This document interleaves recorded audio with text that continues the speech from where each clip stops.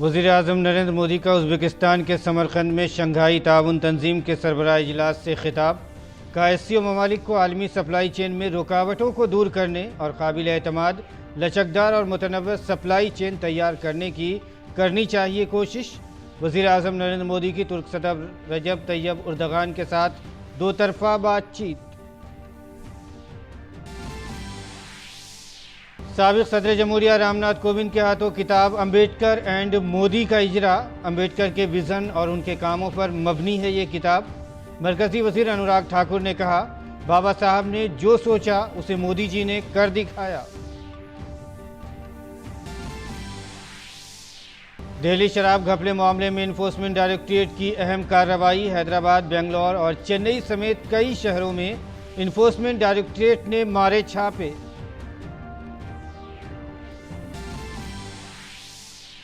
शराब घपला मामले में मनी लॉन्ड्रिंग के जरिए जाविये की जांच करने वाला इन्फोर्समेंट डायरेक्टरेट दिल्ली के वजीर सेहत सत्येंद्र जैन से तिहाड़ जेल में कर रहा है पूछगछ।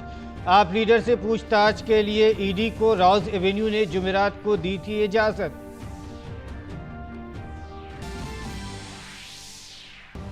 लखनऊ में मूसलाधार बारिश से निज़ाम जिंदगी मुतासिर। 12वीं जमात तक के तमाम स्कूलों में छुट्टी। 100 साल पुराना मकान गिरने से 9 अफराद की मौत, 10 शदीद तौर पर जख्मी।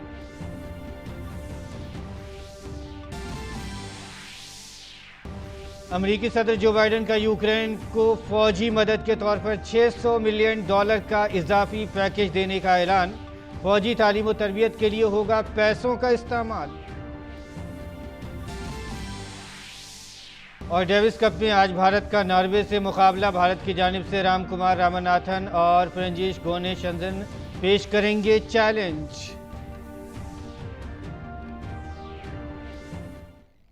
आदाब नाज़रीन, उर्दू खबरनामे में आपका खैर मकदम है। मैं हूं आपके साथ मसरूर फैज़ी और आइए अब खबरों पर तफसील के साथ नज़र डालते हैं।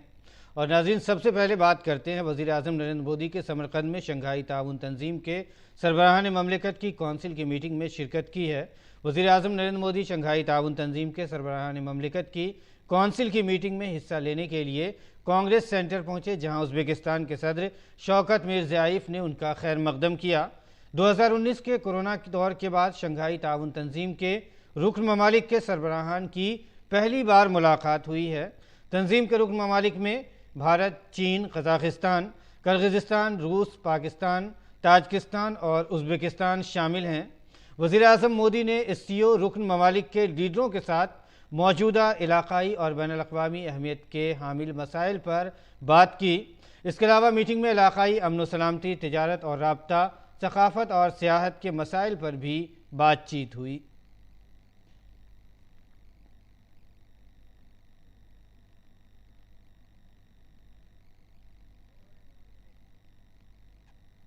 और इसके बाद शंघाई ताउन तंजीम के रुकन ममालिक के सरबराहान ग्रुप फ़ोटो के लिए एक साथ आए।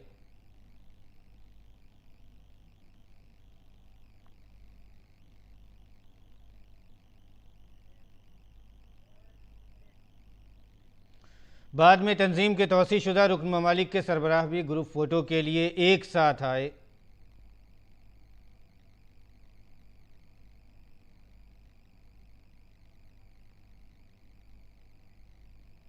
वज़ीर-ए-आज़म नरेंद्र मोदी ने शंघाई ताउन तंजीम के सरबराह इजलास से खिताब करते हुए कहा कि वबा और यूक्रेन बहरान के सबब आलमी सप्लाई की चेन में कई रुकावटें पैदा हुई हैं और एससीओ को काबिल एतमाद, लचकदार और मुतनव्वि सप्लाई चेन तैयार करने की कोशिश करनी चाहिए। महामारी और यूक्रेन के संकट से ग्लोबल सप्लाई चेन्स में कई बाधाएं उत्पन्न हुई, जिसके कारण पूरा विश्व अभूतपूर्व ऊर्जा एवं खाद्य संकट का सामना कर रहा है। एससीओ को हमारे क्षेत्र में विश्वस्त, रेजिलिएंट और डाइवर्सिफाइड सप्लाई चेन्स विकसित करने के लिए प्रयत्न करने चाहिए।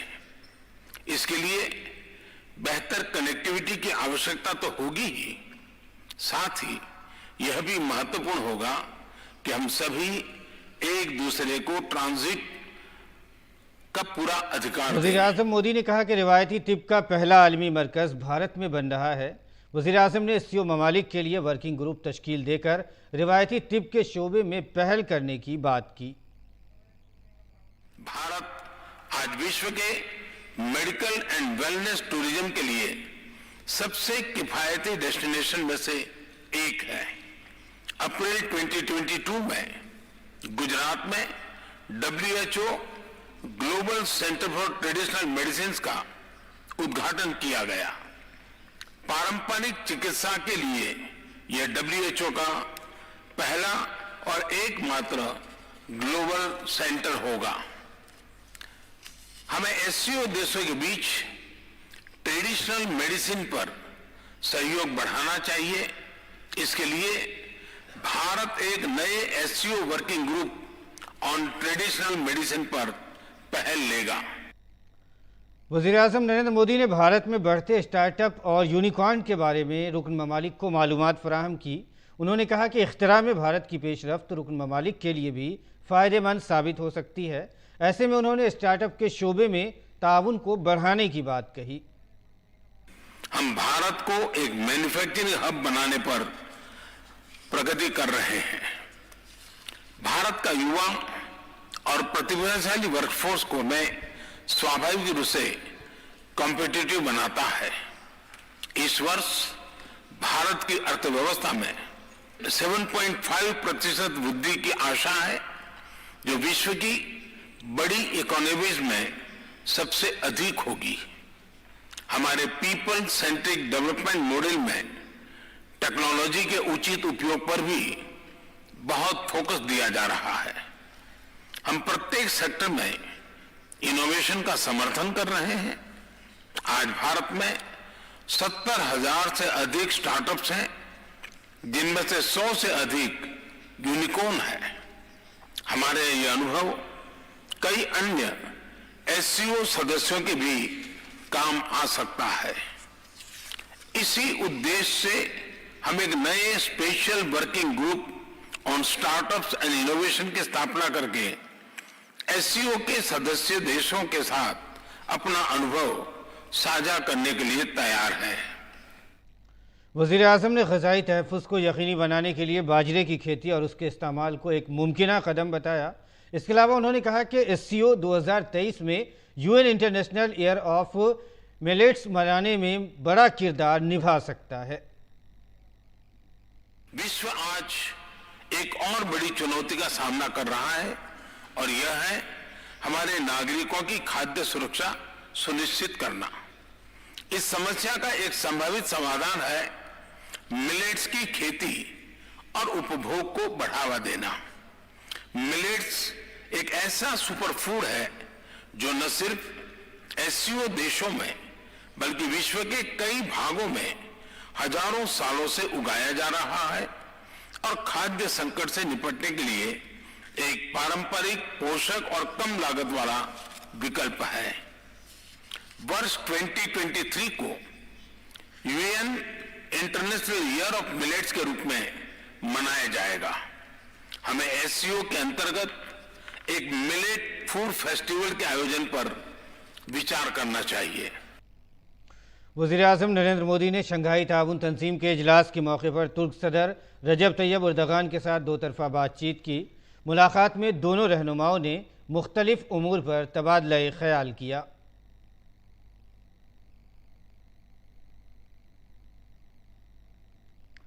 शंघाई ताउन तंजीम के सरबराह इजलास में समरकंद आलामिये पर दस्तखत भी किए गए।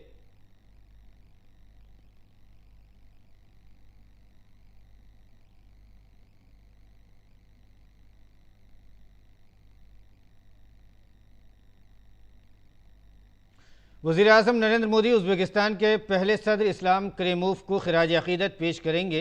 इस्लाम करीमोव का सितंबर 2016 में इंतकाल हुआ था।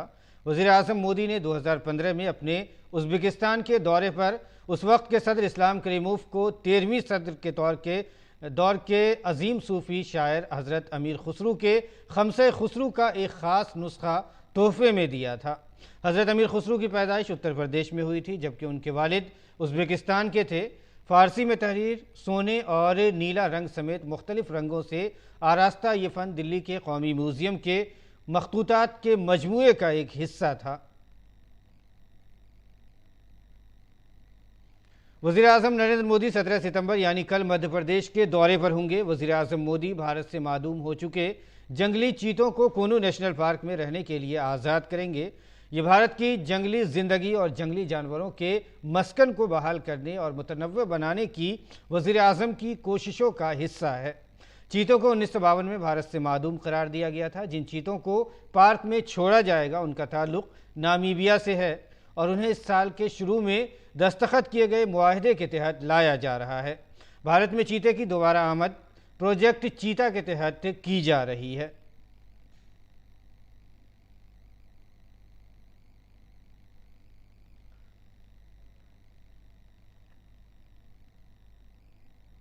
मध्य प्रदेश के शिवपुर जिले में वाक़ कुनू नेशनल पार्क में जल्द ही आवाम को अफ्रीकी चीतों को देखने का मौका मिलेगा।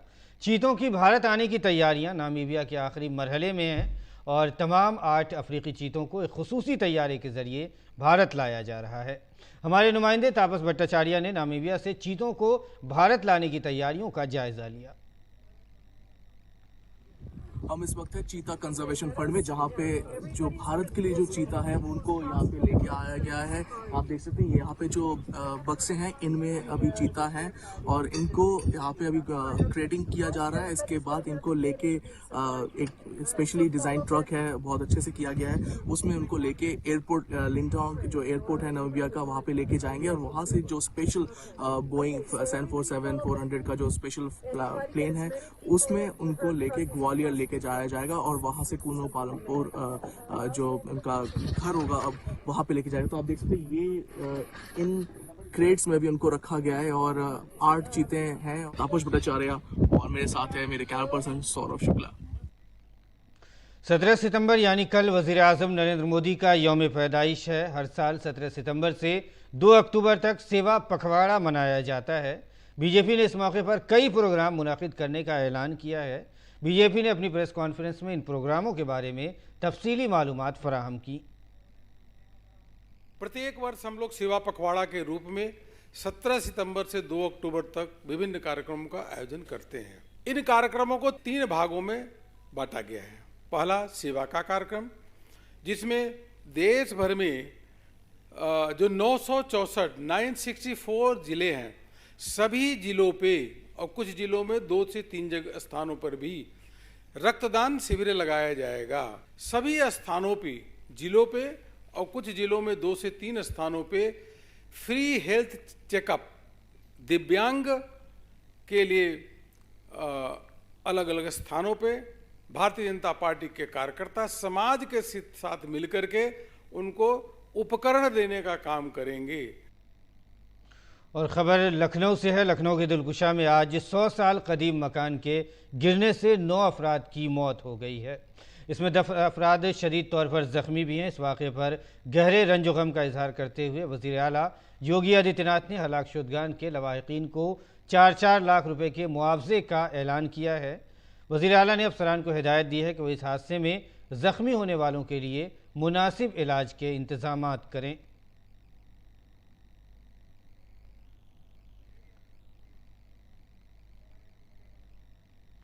फायर सर्विस के लोग और थाने की पुलिस द्वारा शुरुआती रेस्क्यू वर्क किया गया और पहला व्यक्ति जो मिला वो जीवित था, उसे तुरंत अस्पताल पहुंचाया गया। उसके बाद जो दीवार गिरी पड़ी थी उसे वहाँ पर, चूँकि पानी बहुत बड़ा था, घुटनों के ऊपर तक पानी था, सभी लोग पानी में खड़े होकर वहाँ अंदर तक गए थे और जो सब्बल से दीवार तोड़कर ईंटें अलग करके बाकी लोगों को निकाला गया।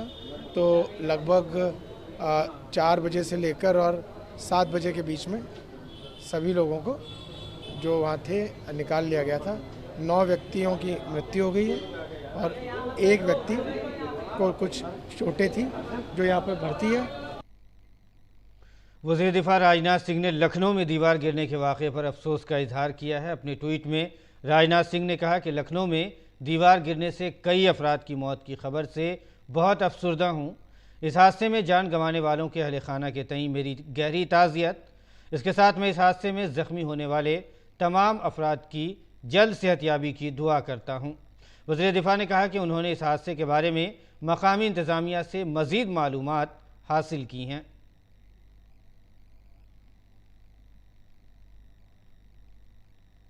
मरकज़ी वज़ीर दाखिला अमित शाह ने भी इस वाक़े पर अफसोस का इजहार किया है। अमित शाह ने अपने ट्वीट में कहा कि लखनऊ में मूसलाधार बारिश की वजह से दीवार गिरने से पेश आने वाला हादसा बहुत अफसोसनाक है। मकामी इंतज़ामिया मुतासरीन की हर मुमकिन मदद कर रही है। मैं इस हादसे में मरने वालों के अहले खाना के तईं ताज़ियत का इजहार करता हूँ और ज़ख्मियों की जल्द सेहतयाबी की दुआ करता हूँ।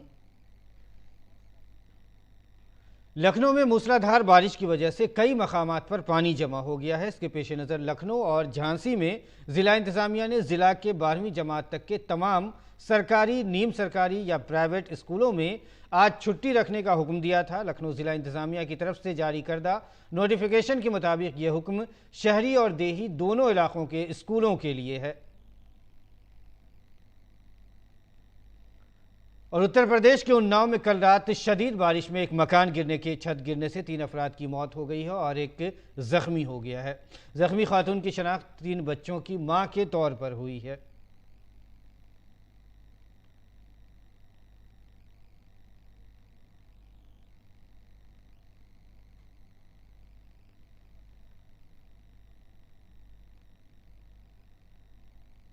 और आइए अब बढ़ते हैं अगली खबर की तरफ। साबिक़ सदर जमहूरिया रामनाथ कोविंद ने आज राजधानी दिल्ली में Bharat Ratna doctor B are Ambedkar और वज़ीर आज़म नरेंद्र मोदी पर लिखी किताब अम्बेडकर एंड मोदी का इजरा किया।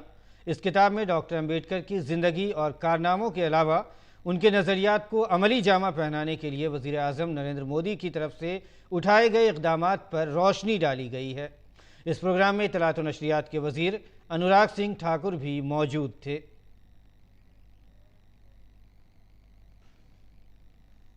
प्रोग्राम से खिताब करते हुए साबिक़ सदर जमहूरिया रामनाथ कोविंद ने कहा कि बाबा साहब के विज़न को मोदी हुकूमत ने अमली शक्ल दी है। उन्होंने ये भी कहा कि वज़ीर आज़म नरेंद्र मोदी ने जिस तरह बाबा साहब को अवाम से जोड़ने का काम किया है वो अपने आप में एक मिसाल है। बाबा साहब के विज़न को ही मोदी सरकार ने कार्य रूप दिया। जिस प्रकार प्रधानमंत्री ने जनमानस को बाबा साहब के साथ जोड़ने का प्रयास किया है वो अपने आप में एक मिसाल है। प्रधानमंत्री की पहल पर ही दिल्ली में अति आधुनिक सुविधाओं से संपन्न आम्बेडकर इंटरनेशनल सेंटर की स्थापना की गई। सन 2015 में बाबा साहब के 125वीं जयंती वर्ष के दौरान प्रधानमंत्री ने 26 नवंबर के दिन को प्रतिवर्ष संविधान दिवस के रूप में मनाने का निर्णय लिया। ये हमारे संविधान के प्रमुख शिल्पी के प्रति श्रद्धा व्यक्त करने की उनकी ऐतिहासिक पहल थी। इस मौके पर इत्तलात और नशरियात के वज़ीर अनुराग सिंह ठाकुर ने कहा कि यह किताब बाबा साहब अम्बेडकर के ख्वाब के सच होने की दस्तावेज़ होनी चाहिए, जिसे वज़ीर आज़म नरेंद्र मोदी ने अपनी कोशिशों से ज़मीनी सतह पर दिखाया है। ये पुस्तक सिर्फ पुस्तक नहीं बल्कि भीमराव अंबेडकर जी के साकार होते सपनों का एक ऐसा दस्तावेज है जिसे कर्मयोगी प्रधानमंत्री नरेंद्र मोदी जी ने अपने भगीरथी प्रयासों से धरातल पर उतार कर दिखाया है। भारत के संविधान के रूप में बाबा साहब के विचारों ने हमारे राष्ट्र की नींव रखी है और बाबा साहब का संपूर्ण जीवन जो है वो समानता, मानवाधिकार और सामाजिक न्याय के लिए समर्पित रहा है। 2014 में जनता के आशीर्वाद से पूर्ण बहुमत से प्रधानमंत्री नरेंद्र मोदी जी बने और आज हम गर्व के साथ कह सकते हैं कि बाबा साहब के सपनों का भारत आज पूरे आत्मविश्वास के साथ दुनिया की महाशक्तियों के साथ कदम ताल कर रहा है, तो नरेंद्र मोदी जी के नेतृत्व में कर। अनुराग सिंह ठाकुर ने इस बात पर भी जोर दिया कि वज़ीर आज़म के तौर पर हलफ लेने के साथ ही नरेंद्र मोदी ने वाज़ेह कर दिया था कि उनकी हुकूमत गरीबों और पसमानदा लोगों के लिए वक्फ होगी और इसके पेश नज़र पिछले 8 सालों में मोदी हुकूमत का हर फैसला और प्रोग्राम अंत्योदय के उसूल से मुतासिर है। प्रधानमंत्री मोदी जी ने प्रधानमंत्री पद की शपथ लेते समय पहले संबोधन में ही साफ कर दिया था कि उनकी सरकार गरीबों और वंचितों की होगी और उनके लिए पूरी तरह से समर्पित होगी। उन्होंने वायदा किया था कि सरकार पंडित दीनदयाल उपाध्याय जी के अंत्योदय के सिद्धांत पर चलेगी जो कि डॉक्टर अंबेडकर जी के विचारों से अलग नहीं है। तब से अब तक इन 8 सालों में मोदी सरकार का हर फैसला, हमारी नीतियां और हमारे कार्यक्रम इसी लक्ष्य से प्रेरित है। और आइए आप आगे बढ़ते हैं। दिल्ली शराब घपले मामले में इन्फोर्समेंट डायरेक्टरेट की टीम ने बड़ी कार्रवाई की है। इन्फोर्समेंट डायरेक्टरेट ने हैदराबाद, बेंगलुरु और चेन्नई समेत कई शहरों में छापे मारे हैं। इससे पहले भी ईडी ने दिल्ली हुकूमत की एक्साइज पॉलिसी मामले में 6 सितंबर को कई मकामात पर छापे मारे थे। ईडी ने दिल्ली, उत्तर प्रदेश, पंजाब, हरियाणा, तेलंगाना और महाराष्ट्र में 30 मकामात पर छापे मारे थे।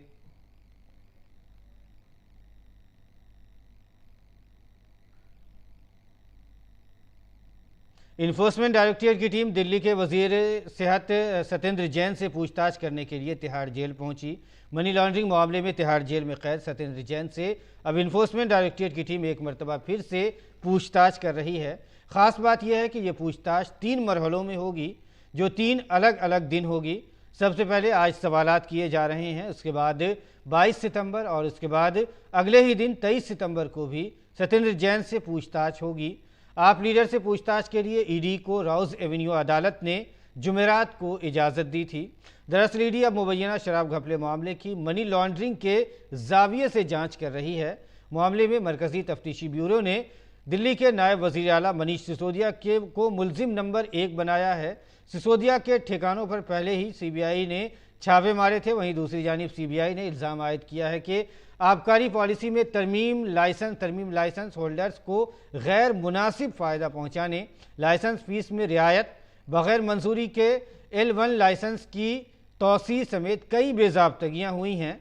सीबीआई की FIR की बुनियाद पर ईडी ने इस मामले में मनी लॉन्ड्रिंग का मामला भी दर्ज किया था। दिल्ली यूनिवर्सिटी टीचर्स एसोसिएशन यानी डोटा की जानिब से आज DU से दिल्ली के वज़ीर आला अरविंद केजरीवाल की रिहाइश गाह तक एक मार्च निकाला गया। डोटा ने तनख्वाहों में बेज़ाब्तगियों का बहरान और मुख्तलिफ मुतालबात समेत कॉलेज ऑफ आर्ट्स का मसला भी उठाया है। इस मौके पर हमारे नुमाइंदे गिरीश निशाना ने डोटा के सदर प्रोफेसर AK बागी से खुसूसी बातचीत की।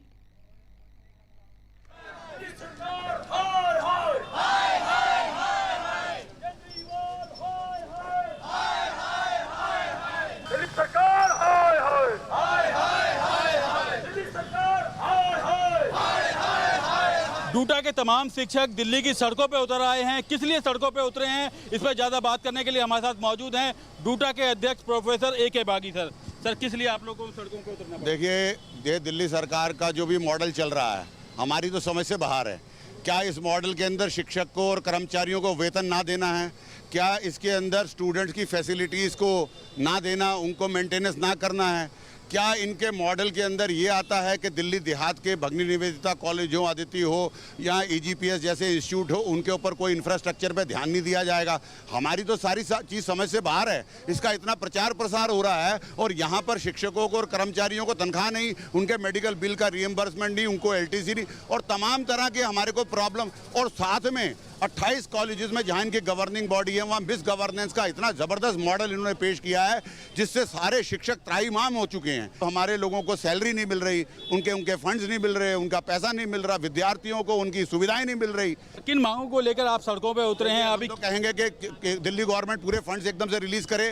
वाइस चांसलर के ऑफिस से इसलिए शुरू किया है कि वाइस चांसलर इन 28 गवर्निंग बॉडियों को एकदम ध्वस्त करे। आम आदमी पार्टी के नॉमिनीज जो वहाँ बैठे हुए हैं, जो पोलिटिसाइज कर रहे हैं गवर्निंग बॉडी को, और केंद्र की सरकार भी ये संभव हो इन सारे कॉलेजों को अपने अधीन ले। अब हमारी डिमांड बिल्कुल क्लियर है। हम कई सालों से 5 साल से जो है ये आम आदमी पार्टी की सरकार का जो है वो बिल्कुल झेल रहे हैं। अब हमसे फर्दर झेलना मुश्किल हुआ है। आगे अगर मांगे नहीं मानी जाती तो क्या इसको तेज करेंगे, अपने आंदोलन को सड़कों पे रहेंगे, आंदोलन को और तेज करेंगे। तो कहीं ना कहीं ये टीचर जो है पूरा अपना आंदोलन तेज करेंगे। ये आप यहाँ देख सकते हैं, तस्वीरें यहाँ दिखाई दे रही हैं। हमारे पास कॉलेज ऑफ आर्ट्स के मर्जर का भी है। वो कॉलेज ऑफ आर्ट्स को इन्होंने मर्ज कर लिया AUD के अंदर, उसका पूरा अस्तित्व ही खत्म कर दिया है। हम ये भी चाहते हैं कि वो अपना ऑर्डर वापस करे और डीमर्ज करे और उस कॉलेज को DU का पार्ट रहने दें, क्योंकि वो तो कॉलेज ही खत्म कर दिया, किल कर दिया इन्होंने। तो कहीं ना कहीं बहुत सारी मांगों को लेकर जो दिल्ली यूनिवर्सिटी टीचर एसोसिएशन के शिक्षक हैं वो सड़कों पे उतरे हुए हैं और उन्होंने कहा जब तक उनकी मांगें नहीं मानी जाती तब तक उनका ये धरना प्रदर्शन इसी तरह जारी रहेगा। कैमरामैन आनंद कुमार के साथ गिरीश निशाना, DD न्यूज, दिल्ली। और ख़बर कर्नाटक से है। कर्नाटक में हिजाब तनाज़ा के दरमियान सुप्रीम कोर्ट ने मुल्क भर के तालीमी इदारों में तलबा और असातिज़ा के लिए यकसा ड्रेस कोड के मुतालबे को मुस्तरद कर दिया है। इस मुतालबे पर दायर PIL पर सुप्रीम कोर्ट ने गौर करने से इनकार कर दिया। सुप्रीम कोर्ट ने हुकूमत को यूक्रेन से दूसरे ममालिक में वापस आने वाले मेडिकल तलबा में के दाखिले की सहूलत के लिए एक पोर्टल बनाने की तजवीज़ दी है। अब इस मामले की अगली समाअत 23 सितंबर को होगी।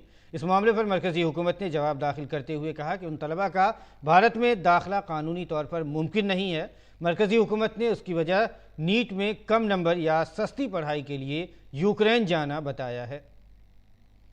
ज़लज़ले से लाहिक़ ख़तरे को कम करने की हर मुमकिन कोशिश की जा रही है। इस सिलसिले में नई दिल्ली के इंडिया हैबिटेट सेंटर में NDMA की तरफ से एक रोज़ा कौमी सेमिनार का इनेकाद किया गया। इस मौके पर मरकज़ी दाखिला सेक्रेटरी अजय कुमार भल्ला ने कहा कि ज़लज़ले से लाहिक़ ख़तरे को कम करने की हर मुमकिन कोशिश की जा रही है।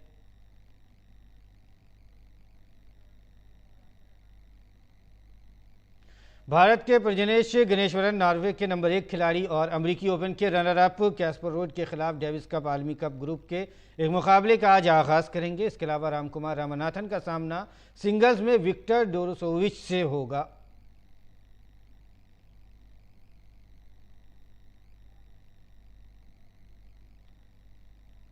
और नाज़रीन, इसके साथ ही उर्दू खबरनामा इख्तिताम को पहुंचता है। फिलहाल इजाज़त दीजिए। आदाब।